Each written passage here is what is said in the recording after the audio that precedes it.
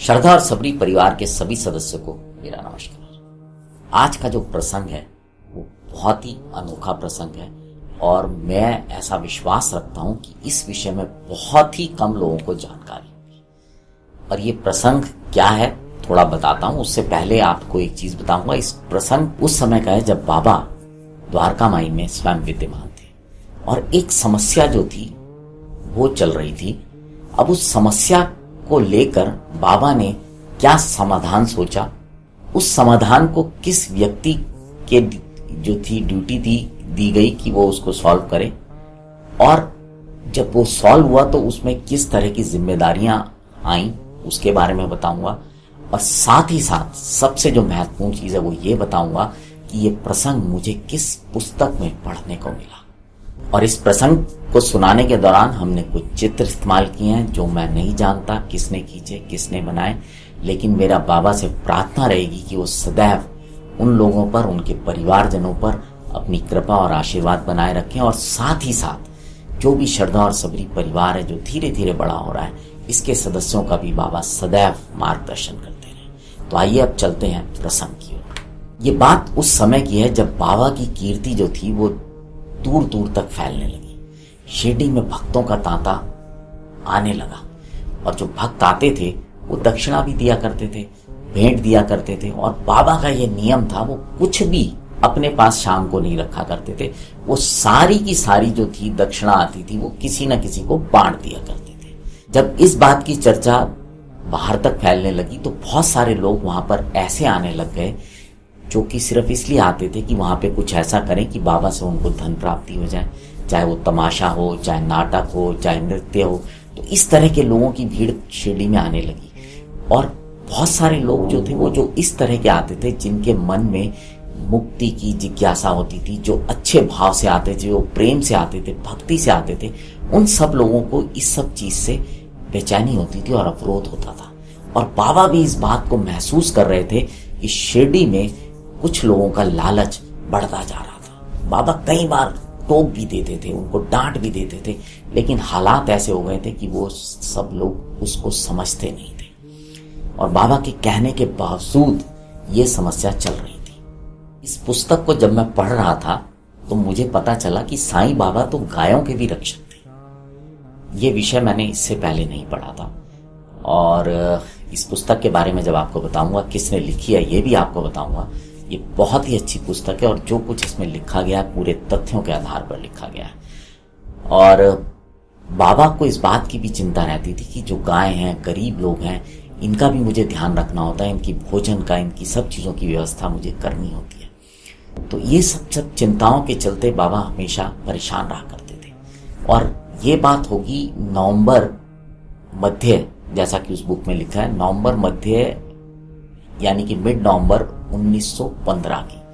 तो एक दिन बाबा ने बोला बैठे बैठे कि एक बार मेरा नाना यानी कि नाना साहेब चंदोरकर आ जाएं तो गरीब लोगों और साथ ही गौओं को भी खाना मिलेगा।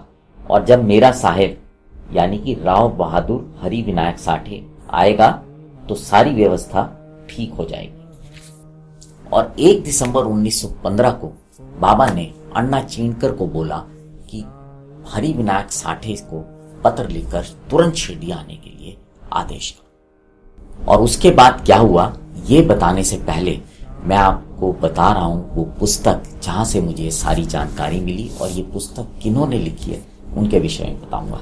ये पुस्तक है शिरडी के साईं बाबा नवीन तथ्य, और ये लिखी है डॉक्टर चंद्रभानु सतपति जी ने। डॉक्टर चंद्रभानु सतपति जी जो कि डॉक्टर सीबी सतपति जी के नाम से भी जाने जाते हैं, इनको बहुत सारे लोग गुरु जी भी कहते हैं, एक रिटायर्ड आईपीएस ऑफिसर हैं। और सतपति जी ने बाबा के ऊपर 50 से ज्यादा पुस्तकें लिखी हैं। देश विदेश दुनिया भर में उन्होंने बाबा का प्रचार किया है, बाबा के मंदिरों का उद्घाटन किया है। और बस मैं सिर्फ इतना कहूँगा सतपति जी के विषय में कि हम सब बाबा को बहुत प्यार करते हैं और बाबा हम सबको भी बहुत प्यार करते हैं, लेकिन बाबा कुछ विशेष लोगों पर अपना दुलार रखते हैं। तो डॉक्टर सीबी सतपति उन विशेष लोगों में से हैं जिन पर बाबा का दुलार है और असीम दुलार है। और अभी उन्होंने एक बहुत ही बड़ा काम किया। अब से थोड़े समय पहले ही उन्होंने जो बाबा की उस जमाने में लिखी गई जो पुस्तकें थी, एक मैगजीन निकलती थी जिसका जिक्र आज के एपिसोड में भी मैं आपको बताऊंगा, जिसका नाम था साईं प्रभा किरण। ये मैगजीन जब बाबा शिरडी में विद्यमान थे उस समय भी निकाली जाती थी। अब इसके विषय में भी आपको बाद में किसी और एपिसोड में डिटेल में बताऊंगा, लेकिन बाद में वो कहीं मिली नहीं।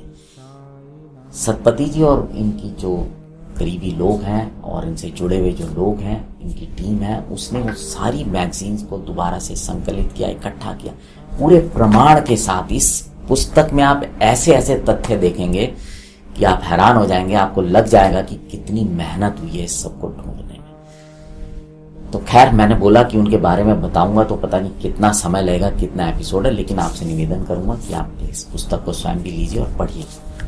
तो जैसा मैंने आपको कहा था कि डॉक्टर सीबी सतपति जी की जो टीम थी और उन्होंने जो साईं प्रभा किरण मैगजीन को जो पहले छपती थी 1916 से, उसको पूरा सब इकट्ठा किया और इकट्ठा करके अभी हाल ही में उन्होंने वो सारा संकलित करके उसको साईं बाबा संस्थान में जो लाइब्रेरी है वहाँ पर उसको दिया है।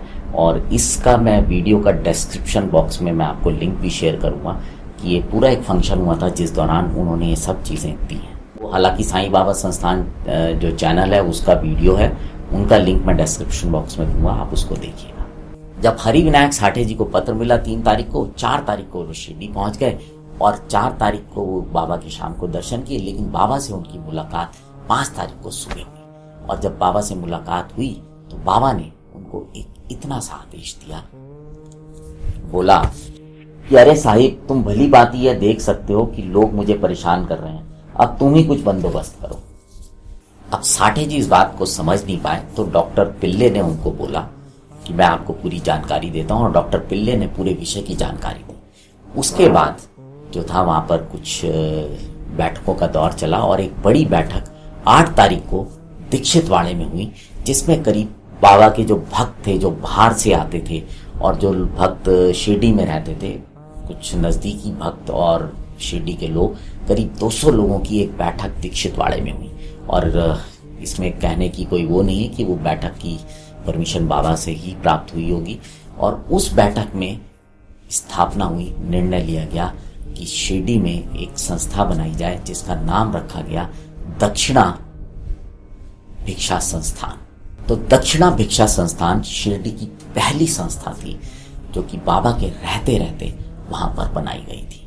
और बाद में 1921 या 22 आते आते यही संस्था जो था, ये इसका विलय हो गया श्री साईं बाबा संस्थान ट्रस्ट शिरडी में। और हाँ, श्री हरि विनायक साठे जी को इस संस्था का अध्यक्ष बनाया गया था। तो खैर, अब इस संस्था को जब निर्माण हुआ तो इसको कुछ जिम्मेदारियां दी गई। अब जो वो जिम्मेदारियां दी गई थी वो 4 जिम्मेदारी थी और उसके विषय में आपको बताता हूं। तो इस संस्था की पहली जिम्मेदारी थी कि जो अव्यवस्था उस समय वहां पर चल रही थी, पहले तो इसको समाप्त किया जाए, कानून और व्यवस्था बनाई जाए, और इसके लिए संस्था को जिम्मेदारी दी गई। दूसरी जिम्मेदारी ये थी कि संस्था का ये काम था कि जो शैक्षिक संस्थाएं हैं, जो अच्छे कार्य हैं, जो बाबा चाहते थे, उन कार्यों को सुचारू रूप से चलाया जाए। जो बाहर से भक्त आते हैं उनके रहने की, क्योंकि उस समय बहुत भारी संख्या में लोग आने लग गए थे, उनकी व्यवस्थाएं और उनकी जो अलग अलग चीजें हैं उनका ध्यान रखा जाए। वहाँ पर कुएं और इस सब चीज़ों का प्रबंध किया जाए, क्योंकि उस समय पानी जो था वो कुओं के माध्यम से ही प्राप्त होता था। तो इस सब तरह की भी व्यवस्थाओं की जिम्मेदारी इस संस्था को दी गई। तीसरी जो जिम्मेदारी थी, जो बाबा की कथाएं थी, जो बाबा के प्रसंग थे, जो बाबा के दिनचर्या की चीज़ें होती थी या जो पहले पास्ट में हुई थी, उन सबको लिपिबद्ध करके उसको एक जो है पुस्तक का रूप दिया जाए कि जब ये लिपिबद्ध हो जाएंगी तो जो भक्त हैं वो उसको पढ़ पाएंगे और भविष्य में भी लोग इस बात को जान पाएंगे कि बाबा के समय पे क्या होता था। तो ये एक बहुत दूरदर्शी सोच थी। और चौथा जो जिम्मेदारी थी वो ये थी कि जो वर्तमान में बाबा की संपत्ति थी, क्योंकि बहुत सारे लोग बहुत कुछ दे के जाते थे, धन तो बाबा रोज के रोज बांट दिया करते थे, लेकिन बाकी बहुत सारा सामान ऐसा होता था जो वहां पर रखा रहता था। और वो सामान राधा कृष्णा माई के यहाँ एक स्टोर था, वहां पे रखा जाता था। इस पर भी कभी और चर्चा करेंगे। तो वर्तमान में जो बाबा की संपत्ति है उसका, और जो भविष्य में संपत्ति आएगी उस सब का लेखा जोखा और उसको सही तरह से रखने की व्यवस्था की जाए। तो व्यूअर्स, आपने सुना कि किस तरह से शिरडी में जो पहली संस्था थी वो बनी और ये जो जानकारी है मुझे नहीं लगता ये कहीं और आसानी से मिलने वाली जानकारी है, और इसका पूरा श्रेय जाता है उस पुस्तक को, डॉक्टर सतपथी को। और मैं कहूँगा, पुनः रिक्वेस्ट करूँगा कि इस पुस्तक को पढ़ें। ये स्टर्लिंग पब्लिकेशन की पुस्तक है और इसको आप पढ़िए। बहुत कुछ जो लोग पढ़ना चाहते हैं वो पढ़ सकते हैं। इसको पढ़ने से आपको बहुत कुछ अलग तरह की जानकारी भी प्राप्त होगी। तो अंत में एक बार फिर डॉक्टर चंद्रभानु सतपथी जी का और उनकी जो टीम है जिन्होंने ये सब कुछ एकत्रित किया, उनका बहुत बहुत आभार और धन्यवाद करना चाहूँगा।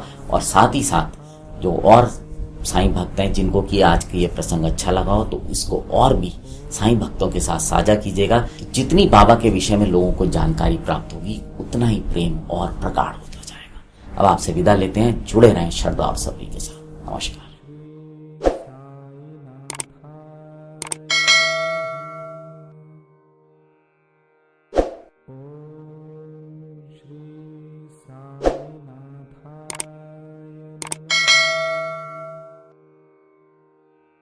Om